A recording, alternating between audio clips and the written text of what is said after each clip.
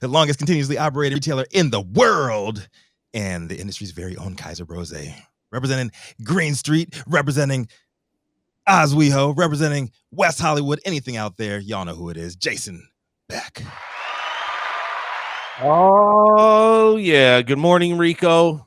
I have a follow-up story from a story that Nicole Buffon covered on Tuesday because I felt it was pretty important, and we get some final closure on this, you guys.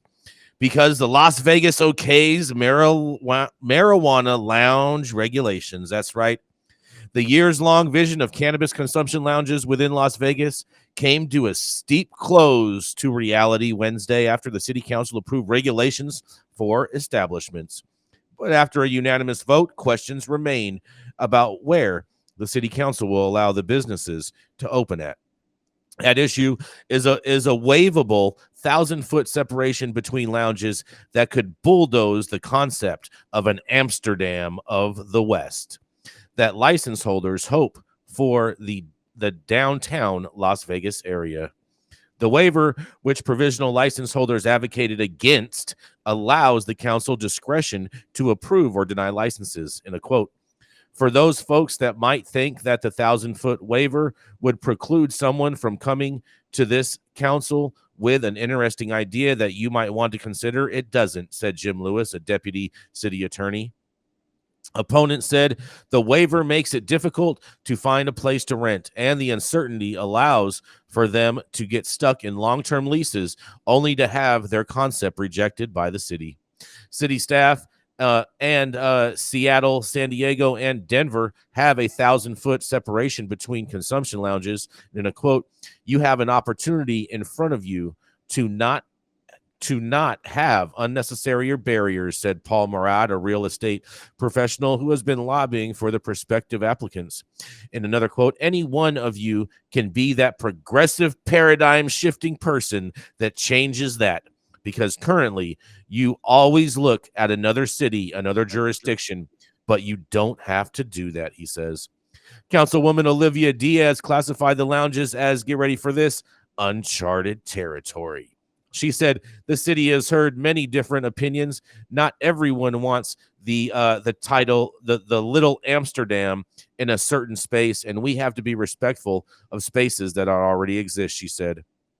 In another quote, she says, I don't think anyone on this council is opposed to that concept of a marijuana district, but where that is going to happen is still at question, and we don't even know how to answer, she said.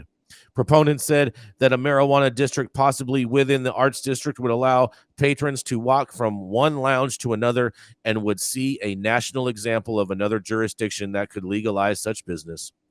While the city did not budge on the distance separation, it did lower the one-time